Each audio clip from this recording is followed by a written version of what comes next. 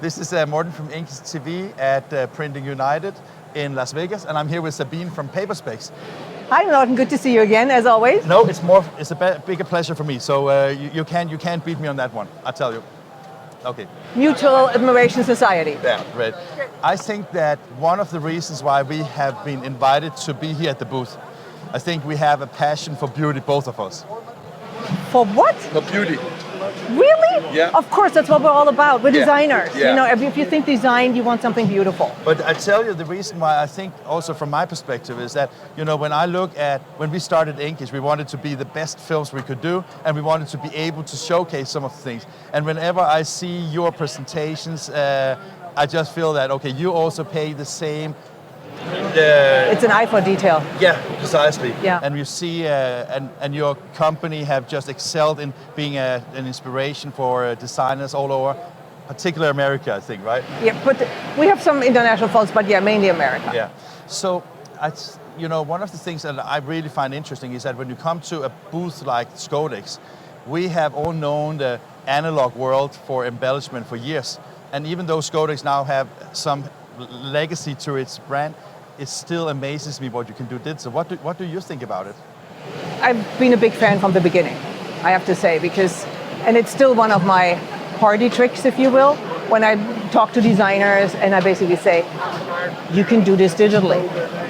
And they're like, what do you mean? And like, you can do one-offs, you can do variable data. And they're like, no. And I'm like, yes, you can. And I try to explain how easy this is. And so we still have a job to do in educating designers. But once they get it, you can basically see the wheels turning and the possibilities. They get excited about it. When you said it could be done digitally, and you then actually was awaiting your extension of the copy down to one, because I mean, if you look at the capabilities where you in the past you had to have dies, you had to have like all the forms. So, yeah, it took a long time. It had a very high initial cost to it, and now you're actually in a situation that you can take a piece of paper with a good design and make it shine. Yeah.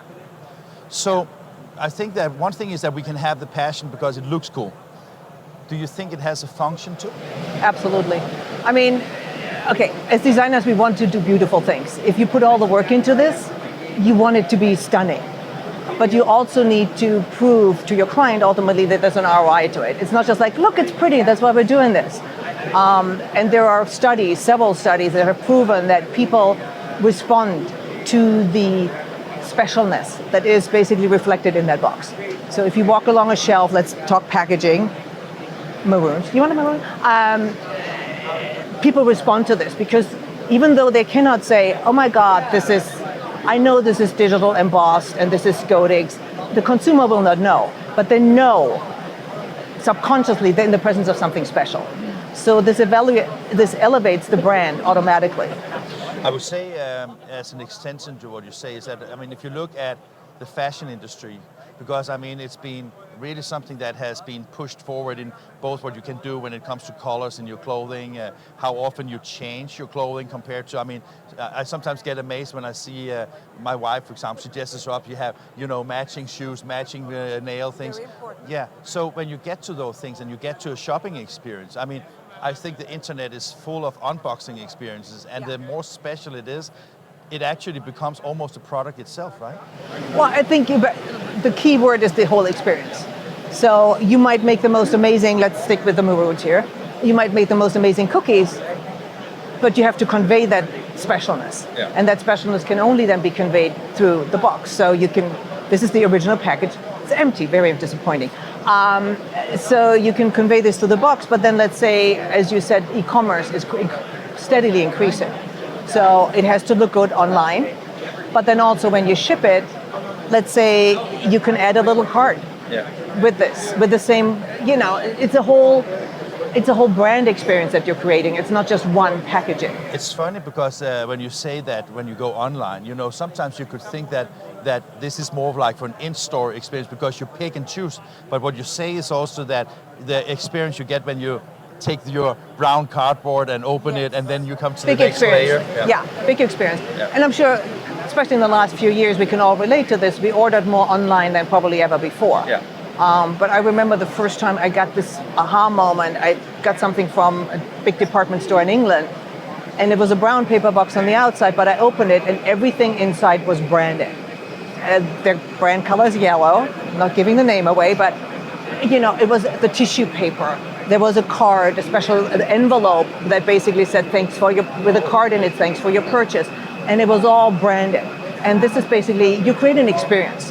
And it's not just, yes, the box is pretty, but it's not just a box, it's everything that goes with it. It communicates the values of the company. And it makes the customer feel special. And you know, it's funny because, you know, if people doubt what you're saying right now, you can turn it 180 degrees and say, have you ever opened something where the box looked like shit, right? You have difficulties believing that the product you buy has a value because, and I can tell you because we had like, I was running out of business cards, so I didn't have time to do my really nice ones. So I just did some very simple, and the cards are actually nice, soft touch lamination, but the boxes I got them in were almost broken when I got them, and it was just like, come on. Right. Yeah. So it's exactly the same experience, right? Precisely, yeah. This is why some people, where the brands really go out of their way and say, we understand this is a whole experience, Yeah. and strategically create this experience, are doing better. When I mean, I take you as both an inspiration to the market, but I also take you as a teacher, kind of, because you teach everything about this kind of thing.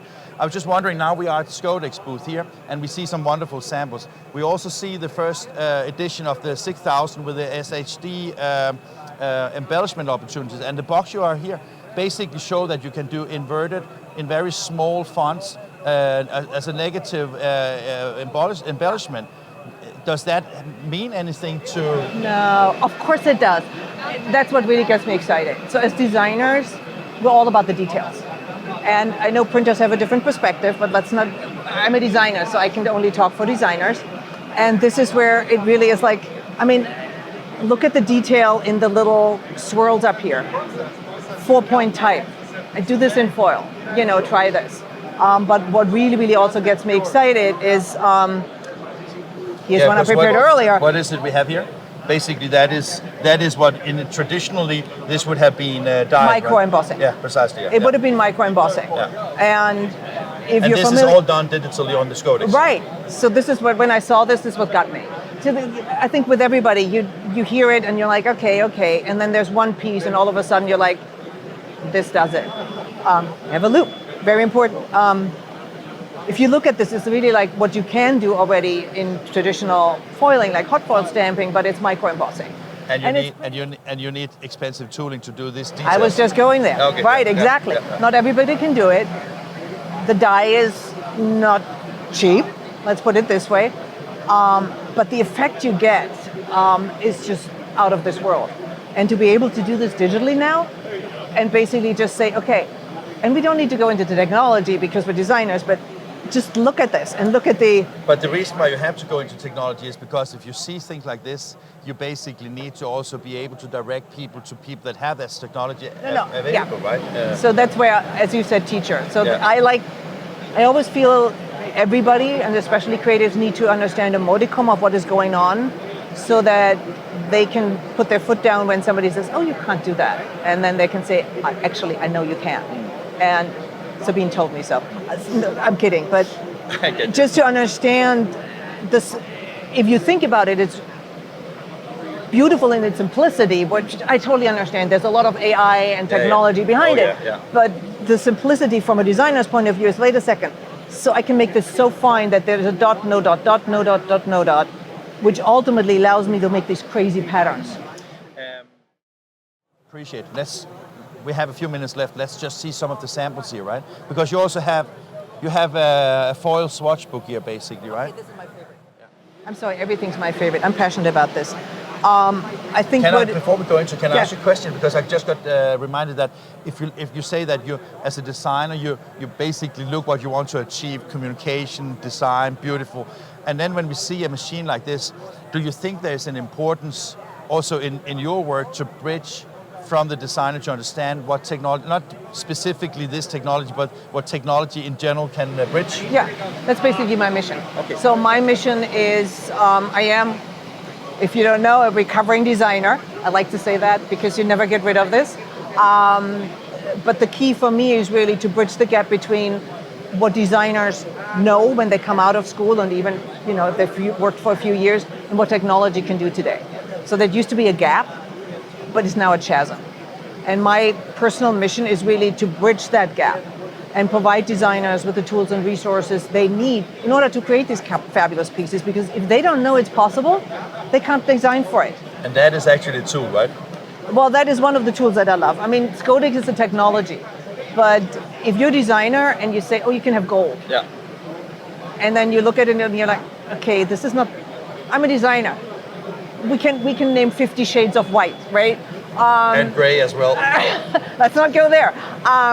This is PG-13.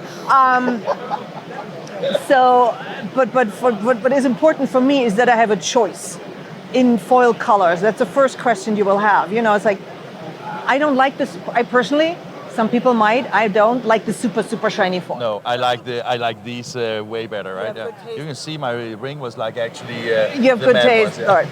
So knowing that I can have a matte gold, or I can have the pearlescent white.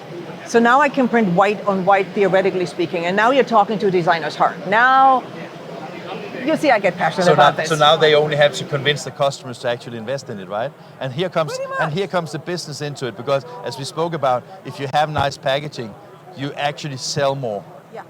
So, it's proven. There's statistics out there, yeah. So whatever extra cost you apply to having this, of course, depends on the product, right? But if you have the right product that needs to be in a certain market space, this is absolutely something that can be very valuable. There was an example I showed a few years ago.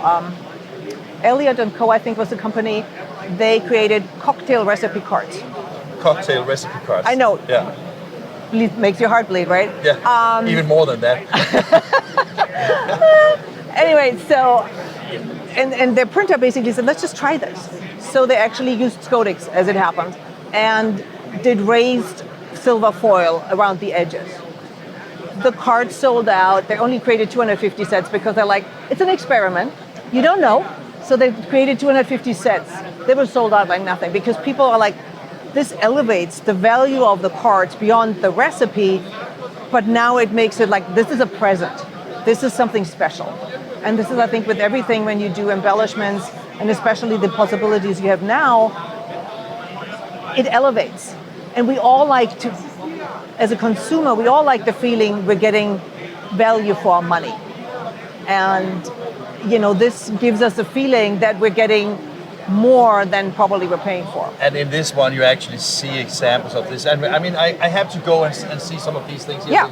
Because, I mean, it's always like when I got to Scodix's booth, they always have like really nice samples of, to show what this is still possible. one of my favorites. This was one of the, it's an older one. Yeah. But it's just... Oh yeah, that looks so cool. It's just creepy. Yeah, it's creepy cool. I mean, the eyes, right? The eyes kind of. I know. Right? Yeah. I know. Yeah. So it's an older one, but that also shows that if it's really well designed, it doesn't go out of style. Good design doesn't go out of style. Yeah. I mean, just look at the textures. I know. Yeah. Right? I have actually seen that in the bookshop once, I think. Because I remember this, or have maybe just seen it on the trade show, but I think I've seen it as a book actually. I'm not Could sure. be. Yeah. I sneaked one of the first ones when they showed it at a trade show. Of course I do. Yeah. And see, if you look at that one here, it almost looks like metal, right? It's. I think again, this is what excites me, and this is part of the new technology of the SDH technology, is that you can make these super fine lines. Yeah. And with the newest 6000 SHD, you even This is, have 500. yeah. Oh, this is one of the. Yeah. Okay. Let me tell you, Nord, this is one of the new ones. So these super fine lines, what excites me as a designer. Yeah. Because otherwise it takes up the design that you have too much of. It makes it look clunky, and we don't want clunky. We want super elegant and fine, and this is intricate. So you want something that is even finer than this. Yeah. No, fine like this. Yeah. Like this, because look at the fine lines. Yeah. It's amazing. Yeah. Sabine, time's up. It was so good to see you again. Good to see you Take too. care. Yeah, take care.